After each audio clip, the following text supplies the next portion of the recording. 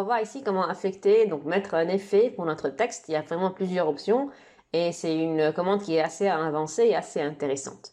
Donc, je suis venue mettre mon texte ici, donc c'est quelques mots. Et puis, pour affecter, donc pour mettre un effet pour notre texte, on doit aller au bouton qui est là, donc qui est sur lequel est indiqué effet de texte et typographie. Donc, si on clique sur la petite flèche qui est là, on va avoir des effets qui sont déjà préfaits et offerts par Word. Donc, évidemment, n'oubliez pas qu'il faudra sélectionner le texte voulu.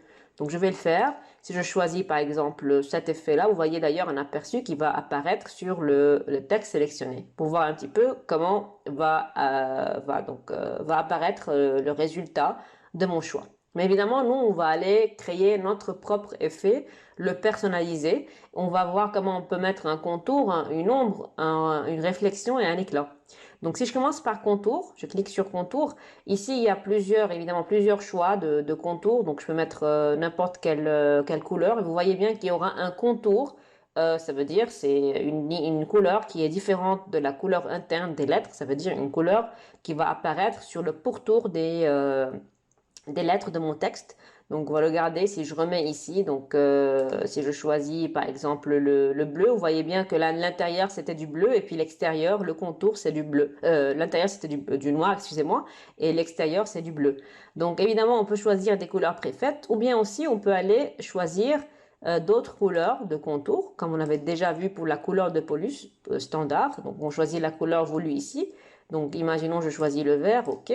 Et ce qu'on peut faire aussi, donc si je reviens ici et je choisis contour, je peux aller choisir l'épaisseur. Donc l'épaisseur, donc là j'ai dû choisir une couleur qui est très foncée, je choisis celle-ci. Je vais revenir sur contour, épaisseur, et là je peux choisir l'épaisseur de mon contour. Évidemment, si on va avec une épaisseur qui est assez grande, vous allez voir qu'il n'y a rien qui va apparaître, ça devient vraiment exagéré.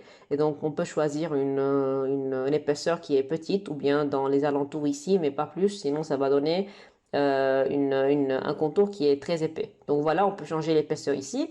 Et finalement, on peut changer aussi donc le type de notre contour. Ça peut être une droite très plein, ou bien ça peut être des pointillés comme ça, des tirés avec des plus petits tirés. Donc voilà, il y a plusieurs types de traits qu'on peut avoir pour notre texte. Donc voilà, si on veut annuler notre contour, on n'a qu'à cliquer sur l'option ici sans contour. Donc voilà pour la première option de l'effet qui est l'effet du contour. Passons maintenant à l'effet de l'ombre. Donc on a ici plusieurs styles préfaits. On n'a qu'à choisir ce qu'on a envie d'avoir, soit externe, soit interne, soit en perspective. Et si jamais j'ai envie d'annuler le tout, je n'ai qu'à cliquer sur aucune ici. Donc évidemment, nous, on va aller personnaliser notre propre ombre en cliquant sur option d'ombre. On va avoir un menu ici à droite. Vous voyez bien ici qu'on a plusieurs petits paragraphes, si vous voulez. On a l'ombre, donc le reflet et l'éclat.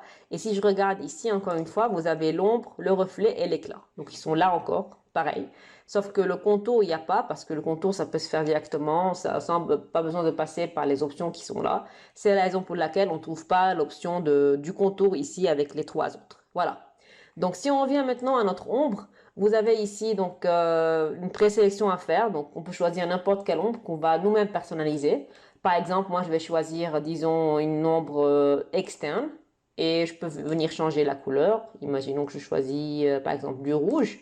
Et je peux jouer avec la transparence. Donc regardez, si je rends le tout zéro transparence, vous allez avoir le rouge qui paraît d'une manière qui est vraiment flagrante. Sinon, si je remets le tout à 100% transparence, vous allez voir que le rouge va disparaître, évidemment. Donc voilà, je vais mettre quelque chose qui est raisonnable. Pour la taille, on peut augmenter la taille. Vous voyez que l'ombre va être beaucoup plus petit, alors que si j'augmente, vous allez voir que l'ombre va être beaucoup plus grand. Voilà, on peut jouer avec ça comme ça. Et pour l'option flou, donc si je mets 0 point pour le flou, vous allez voir que on va avoir un texte qui a été copié, si vous voulez. Ce n'est plus une ombre, ça va être une ombre qui est copiée tout carrément. Alors que si j'augmente, vous allez voir que ça va disparaître, ça devient quand même très exagéré. Donc voilà, je vais remettre quelque chose ici, donc aléatoirement, quelque chose qui est petit, comme ça.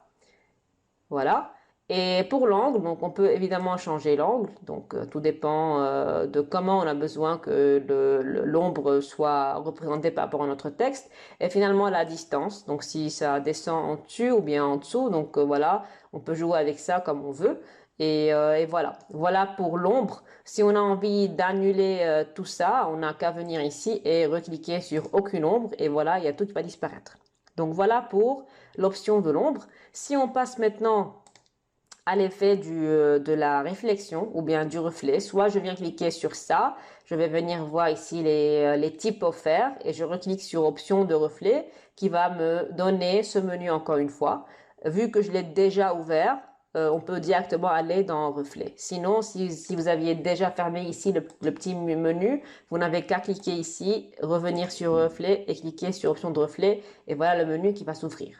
Vu qu'on avait terminé avec ombre, je vais fermer ça. Et puis là, on est dans le mode de reflet. Et puis là, je vais choisir pareil, un reflet qui est préfet, qu'on va nous-mêmes personnaliser. Je clique.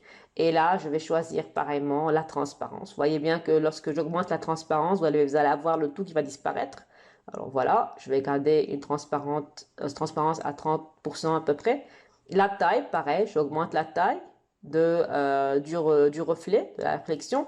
Pareil pour le fait d'avoir quelque chose qui est flou ou non et la distance. Voilà. On écarte ou non la réflexion. Donc, vous voyez, les choses se répètent. C'est les mêmes principes. Il faut juste bien comprendre comment se passent les choses et comment on peut changer les propriétés de notre effet qu'on est en train de personnaliser. Et finalement, on a encore, donc là, je vais juste annuler, mettre aucun reflet. On a encore l'effet donc de l'éclat. On peut choisir un éclat qui est déjà préfet ici, ou bien on peut aller dans option d'éclat qui va nous remettre ici. Donc là, je vais remettre reflet, donc je vais minimiser le menu du reflet, et puis là, on va travailler avec l'éclat. Et pour la présélection, c'est pareil, je choisis par exemple celui-là et je change la couleur, donc rouge, vous voyez l'effet ici, la taille, si j'augmente la taille, ça va devenir comme ça, si je diminue, ça va devenir comme ça, donc à vous de choisir la taille que vous avez envie d'avoir. Et finalement la transparence, donc si je mets à 100%, il y a tout qui va disparaître, alors que si je mets à 0, donc vous allez avoir un éclat qui est assez foncé et puis assez apparent. Donc voilà pour les 4 effets. On a vu comment on peut personnaliser notre propre effet sur le texte en choisissant soit de mettre soit un contour, soit une ombre, soit une réflexion, soit un éclat. Évidemment, on peut faire les 4 ensemble. Donc voilà pour cette leçon.